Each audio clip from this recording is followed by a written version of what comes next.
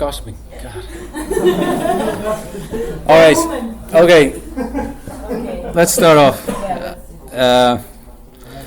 First thing I want to tell you, I've made some changes to the schedule because what I was going to do next week was I was going to start talking about parametric families and so on. But I think that's a little bit of a step too far, to be honest with you. So I'm going to leave that until the second semester. And instead of getting into parametrics and all that complex stuff, I'm going to talk about work sharing for two classes because it's important how you get all your stuff working together. And there are lots and lots of different options, and there are lots and lots of different ways to screw it up as well. So I think we'll try and set up some kind of a workshop so everybody gets a chance to do it. So you need to bring your computers every day, and we'll get it working. Okay. So that's that. But today I'm going to talk about modeling components, which is anything in the building that is not like a wall or stairs or roof or anything like that. It could be like a chair or a light fitting or something like that. But today I'm going to use we're going to make a kitchen, just so we have something to base it on. So I'm going to use the same project we've been doing for the last while. So this is the one we did last week, and this is what we left it at. When we're dealing with components that you're going to make yourself, it always comes through this architecture tab, and it always comes through this component button. So everything I'm going to do today is going to be based on this component button. Under this component button there are two options. There's one is place a component, and the other is model in place. Place a component is quite simple. It's just it allows you to place anything in the model that is being made outside by somebody else. Model in place is you actually have to make the shape yourself. So I'm going to do both of them today in a very basic way. First thing we want is we're going to make a kitchen. So I'm going to go into the ground floor plan, and we can see that we have the kitchen is here. The kitchen is here, all ready to go. So we can just use the sketch that's there to set up a kitchen. Because we're dealing with BIM software, everything we put in here is going to be it's going to have an identity within the project, which means you should be able to press a button at the end of the project and you'll get a schedule of all the elements you've put in, which means you can send it away and get it priced very, very quickly. So it's not a design tool per se, it's more a registration of design decisions. If you can get that fine distinction at the moment, but we'll get into it. Anyway.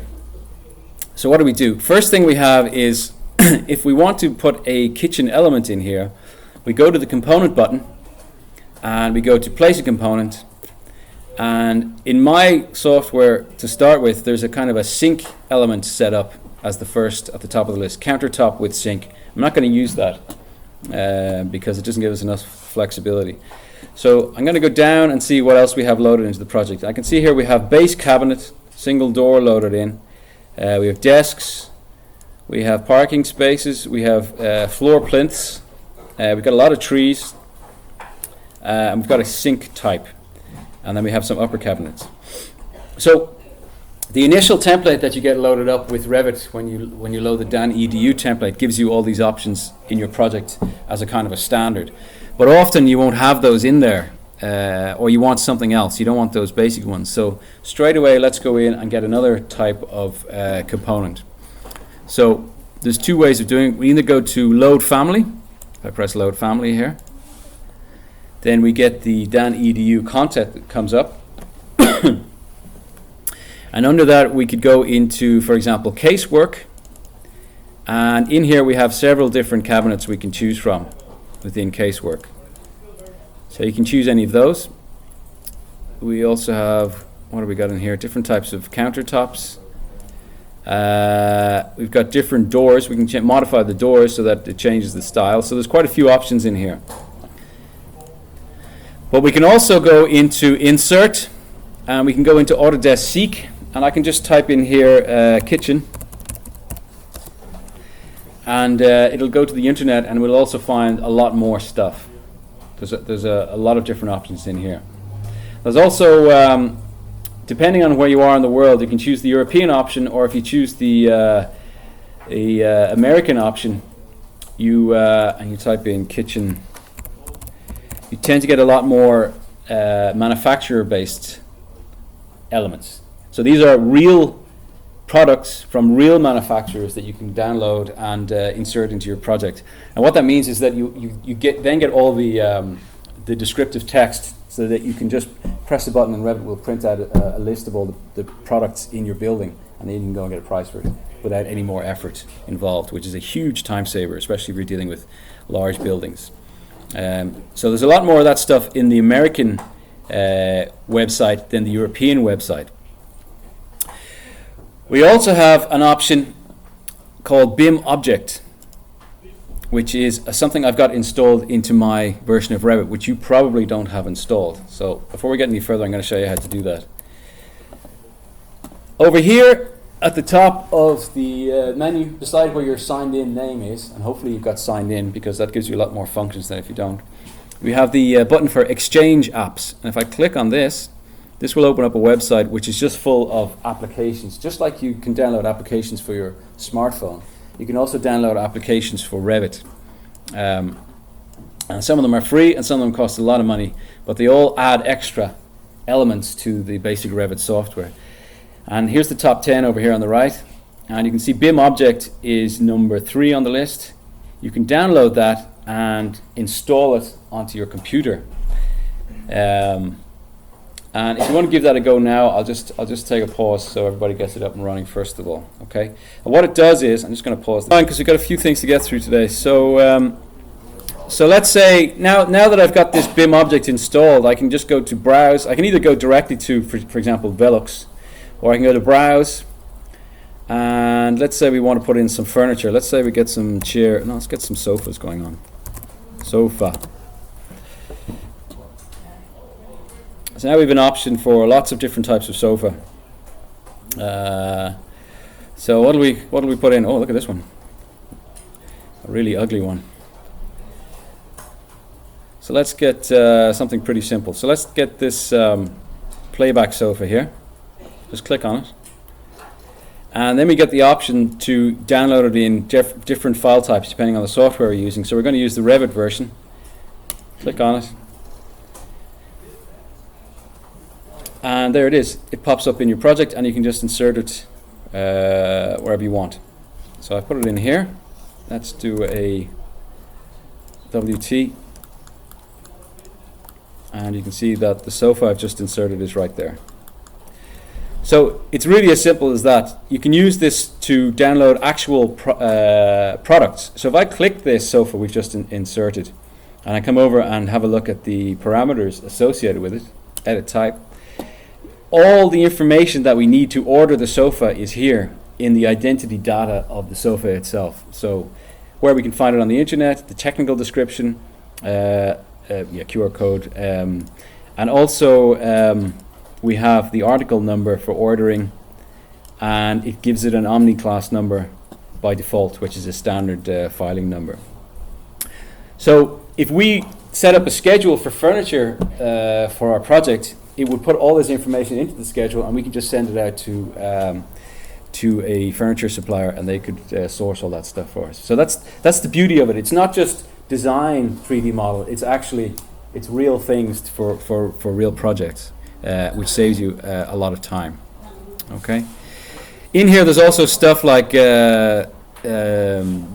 beam types. We've got some wall types that you can download that are specifically from manufacturers, and all this kind of stuff is in here. So you can play with that anyway.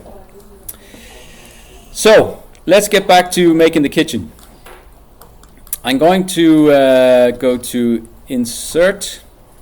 Actually, I think I'll put in some components just directly from the project itself. So I go to Architecture, Component, Place a Component, and you can see that it automatically selects the last component that we've used, which is the sofa. So we just come over here and change that, and I'm going to put in some base cabinets at, oh no, we need a corner cabinet first, don't we? So let's put in a corner cabinet.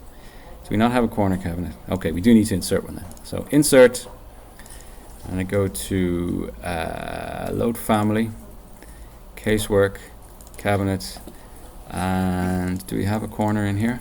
Yes, there's one there.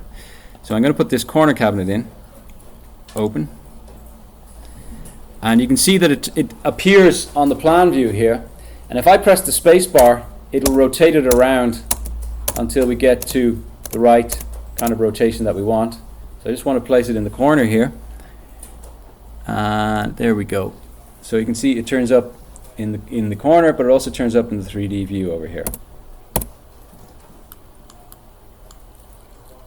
Okay. So now I'm going to go and insert another component, place a component, load family. And I'm going to go back into casework again, and I'm going to take a double door base cabinet like this, because I want to put a sink on top. So we need to have a wide cabinet to allow for a sink to go in. So I'm going to press open. So I'm going to put that in here. I'm just going to line it up so it lines up with the wall. And I'll continue, and I'm just going to put another one in beside it here. And there we go. So you should have something like that.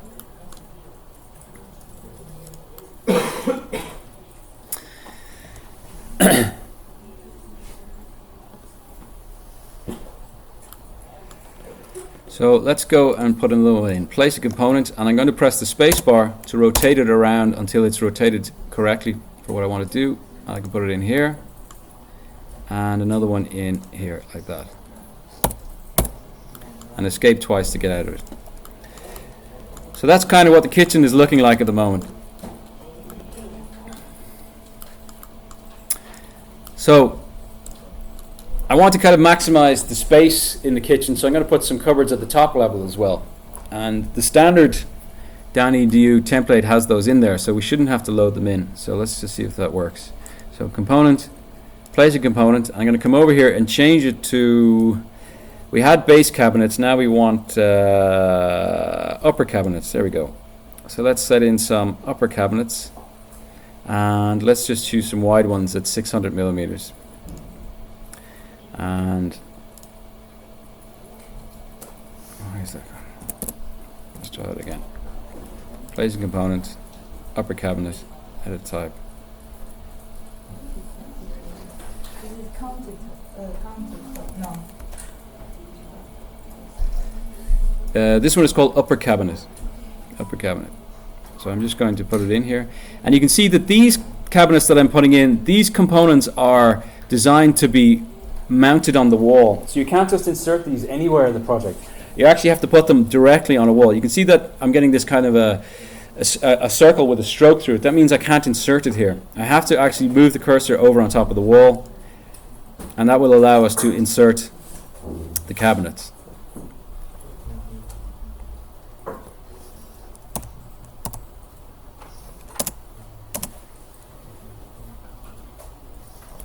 Let's just leave it like that for the moment.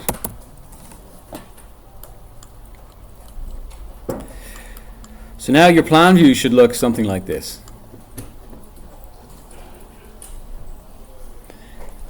So that's probably too much information for a drawing. It looks a little bit chaotic. So I'm going to switch off these door swings. These dotted lines are showing us how the doors are working on the cabinet. So I'm going to select one of these cabinets, and I'm going to go in, and I'm going to edit the type.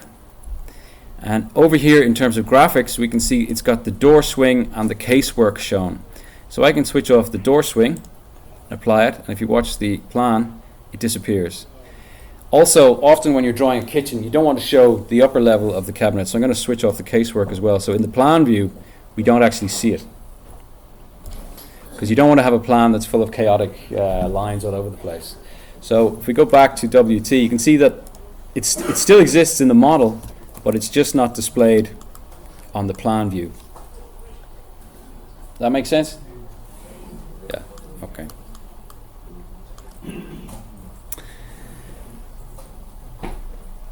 We also have the option to, well, it doesn't make any difference in this one. Let's just leave it like that for the moment. Okay. Now we want to insert a sink into the kitchen. So we're going to put it here.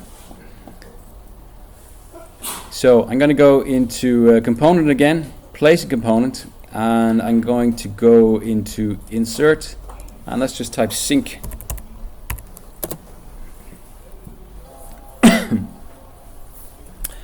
So there's lots and lots of different types of sink just in the basic Autodesk website. So let's get something that looks like a kitchen sink. Yeah, let's just get this one, for example. I click on that. I'm going to click on the latest version of it, which is 2011, and I'm just going to press download. So you can see it's downloading here at the bottom. If you're using Chrome, it should download here. If you're using another type of browser, it'll probably be downloading to another position on your hard drive. So once it's downloaded, I can open it up. It gets upgraded, and then we have the sink here. So there's the sink we want in our project. If we're happy with that, if we don't want to make any modifications to it, we just load it into the project, and then it turns up right here. And I can see it's actually a bit too big for the element that we have, but let's try and just make it work anyway. Let's put it there. WT. So now you can see we have a sink with a weird pattern on it, and it's been inserted into the into our kitchen. Now, the reason this pattern is so weird is obviously that the person who made the sink family called the pattern that it had something similar to the pattern that we have in our existing project. So it's overlaid the pattern. So let's just quickly change those materials. So I'm going to select the sink. I'm going to come over here and edit the type. And under materials and finishes, we've got two options. We've got the tap and we've got the sink. So I'm going to change the tap to chrome because they usually come in chrome, these type of things. So I'm just going to type in chrome.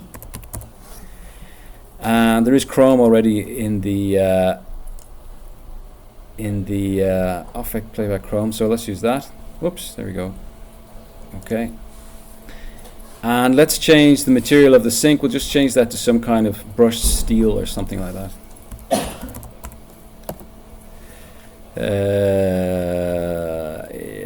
This one, let's try not to get the one that has the pattern on it.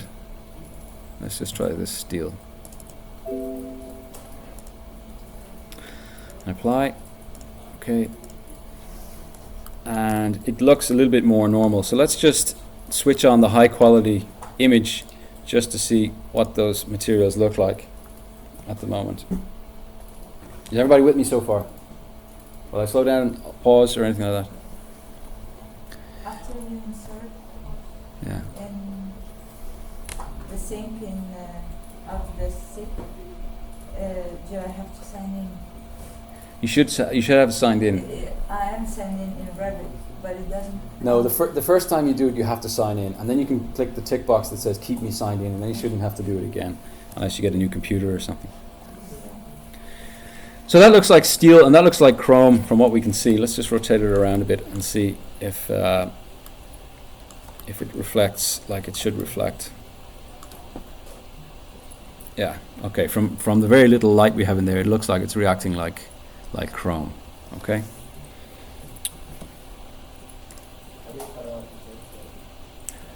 That's what I was just about to do now. Okay. So let's often these cabinet families have an option to cut out the top just so you don't have this happening here. So if I select this, there's just an option over here called Sync Cut. And if you select that, Sync Cut on, and apply it, it makes a hole in it. And then we get a certain amount of adjustment to the edges of it. So let's make it 50 millimeters from the edge, apply, and it's more or less in the right position. I'm not worried about it too much because we still have to put a countertop on. So that's where we really adjust it. But let's just put the Sync Cut over here, switch it on, and we'll make it 50 mil. So now we've cut a hole for the sink, and let's just try it and get this in the middle a bit. It's not the ideal situation. The sink I put in is too big for the is too big for the cabinets. So it's a bit of a botch job, but we won't worry about that for the moment. It's just the principle of the thing I'm looking at. Okay? So you should have something like that. You should also have the option to change the materials, because down here we've got ash or something color on the material. You should be able to change it to whatever you want. So if I select the top one here and go over to edit type, we have material options for the front finish, for example. So let's just change that to ash. Apply it, and it changes all of them because we're changing it globally across the whole thing. Okay. So that looks like a pretty crappy IKEA kitchen, but you know, this is the standard stuff that comes from Revit. You don't really need more detail than that, because you're not designing a kitchen mostly when you're doing a house. That's usually up to the client to figure out for themselves afterwards. You're just showing an indication of how a kitchen will be laid out. So where the main plumbing elements are, where the refrigerator should be, where the cooker should be, and so forth and so forth. Okay. And the process of putting in a cooker and a hob is exactly the same as the process of putting in a sink. Okay, so you should end up with something that looks a little bit like that before we put the countertop on. Okay, I'll just pause that. Gone again. Resume. Okay, so we've been playing a lot with inserting components. So architecture, component, placing components is basically what we've been doing so far. Now we've come to a situation where every kitchen is different, because, well, most kitchens have some kind of difference to them because the shape of the room is different. So you usually have to get the countertop cut specifically for the kitchen that you're working on at the moment. So in Revit, that's called a model in place component. So you get to make any shape you want, and we put it in place. Okay. So I'm going to go back to WT again. So we have the plan view, and I'm just going to switch off the image again, just so we don't have to look at it. So we should have something that looks a bit like that. So now I want to make a kitchen worktop or kitchen counter. So I'm going to make a model in place kitchen counter. So we go to component, we go down to model in place, and Revit asks us, well, what category do we want to put this under? So you have some options. You can put it under furniture systems, or you can put it under, what else would you put it under? I'd say put it under casework, because this type of cupboards and so on is always under the category of casework. So let's just keep it under the same category. The only reason to put it in the category is so when you switch off the kitchen, if you need to work on the walls or something, you don't want to look at the kitchen, everything will switch off together, so you can switch off the entire category at once. So we'll keep it in casework, and we'll just call it worktop. But you can call it whatever you want. So once I do that, you can see everything turns grey, and that means we can't modify anything in the project at all, except for what we're specifically working on. At the same time, we get these options at the top here, and these are 3D modeling options. So these are completely flexible modeling tools where we can make any shape we particularly want to make. I'm only going to show you how to do two of them, because they're the two that you're going to be using. The rest of them you don't really use very much unless you get really good. And by the time you get really good at these two, you already know how to use these two, so there's no point telling you about them. So I'm going to start by doing extrusion. And simply described, an extrusion is you draw a line on the ground and then you just pull it up and it gives it a shape, just like this little video that's showing on the screen here. So he's drawing the shape of it, and then he just extrudes it and it becomes a certain height. You just give it a height. So that works perfectly for our kitchen counter. So we can press extrusion, and we can use the line tool, and all we need to do is draw the shape of the counter that we want to make, and we've already got the cabinets underneath, which are acting as a kind of a guideline. So we can grab the ends and everything, and we should end up with something like that looks like that. Now what I'm just going to make sure of is that these are 600 millimeters apart, because that's a standard size for a kitchen, and it also gives you a little bit of a lip over the top of the cabinet below. If If I select this wall here, we can see it's only 565 millimeters, so I'm just going to click on it and change it to 600. Like that, so it gives us a little bit of an overhang. Everybody with me? Not at all. 600. Okay, so you should have something like that where it's a little bit out beyond the edge of the counter. So now we've made the shape of it. So you can see in 3D it's drawn the shape on the floor. So it knows where we want to put it. So now over here we have where we need to give it the height. So let's say we want to have a kitchen counter at 900 millimeters, which is kind of a standard height. They're adjustable, but usually start at around 900 millimeters.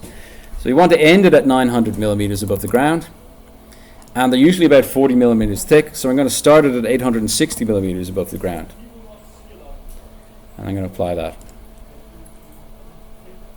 And then the last thing I'm going to do is I'm going to give it a material before we do anything. So down here we can just press this button here, and I'm going to give it a tile material, and let's make it a mosaic tile.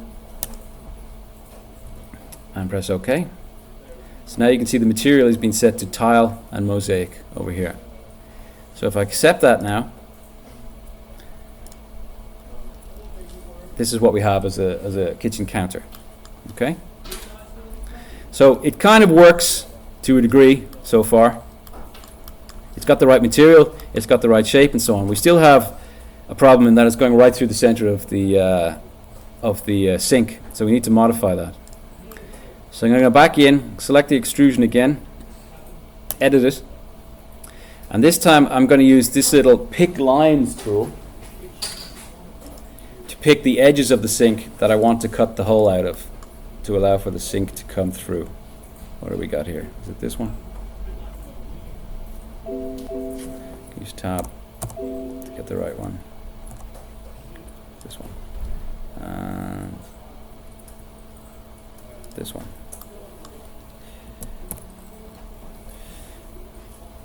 So I accept that. You can see that it's now cut an opening for the sink in the center of the worktop, and then we can just accept the model, and you should have something like that. Okay. Will I pause and get you to do that? Yeah. Okay. Let's do that. Okay. Resume. Okay. So just one more thing to finish off the countertop. At the moment, it's completely square, but usually you want to have some kind of curve on the edge of a countertop, just to stop your children braining themselves when they run up against it, or something, at least to help. They'll always brain themselves against it, but never mind. So I'm going to make a curve so that the entire countertop has a curve at the edge of it. And the way to do that is, again, in the components, and this is actually something that's better done in 3D, but I'm going to switch off all this detail. I'm going to turn it to hidden line. Save the project.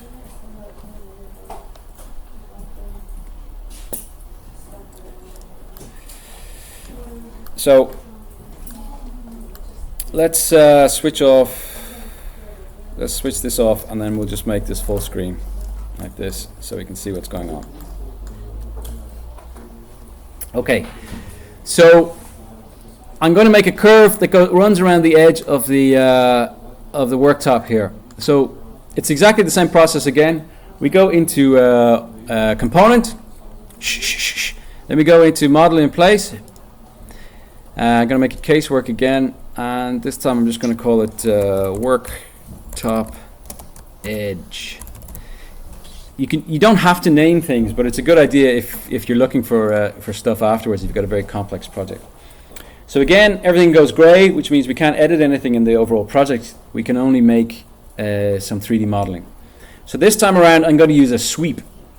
And we looked at sweeps before in walls and in handrails and so on, and it's exactly the same process. You make a profile, and then you define where you want it to go. So you make a pathway for it.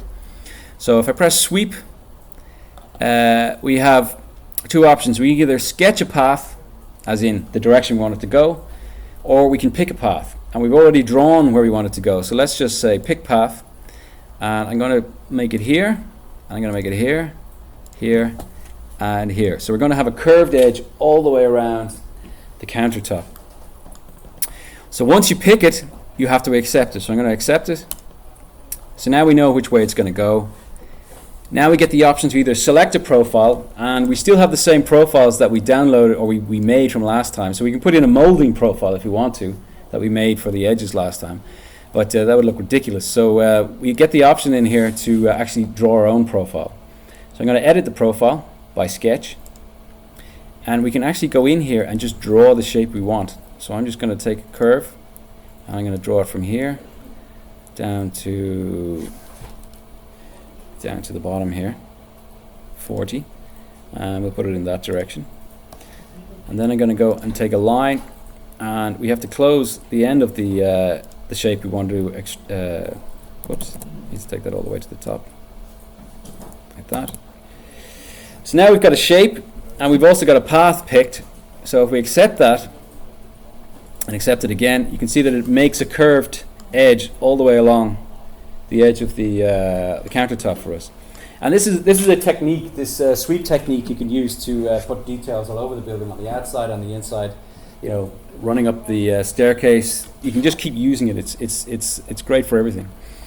We can also change the material of it, so it's the same material as what we have on the countertop itself. And if we finish that and accept it, we can turn on the realistic view, and you can see that it's made it so that it curves the material around the edge for us. Okay.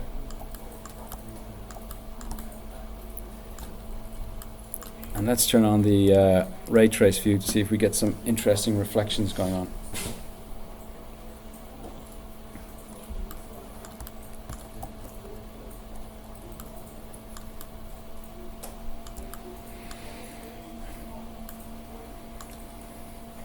So yeah, so it's starting to look like it would add some detail to a high quality rendering. So it's taking reflections. You can see it's taking color reflections from the cupboard, and it's also taking reflections from the sky and so on and so on. Okay. Does everybody want to try that? Will I do it again, or do you want to try it yourselves and I'll give you a hand?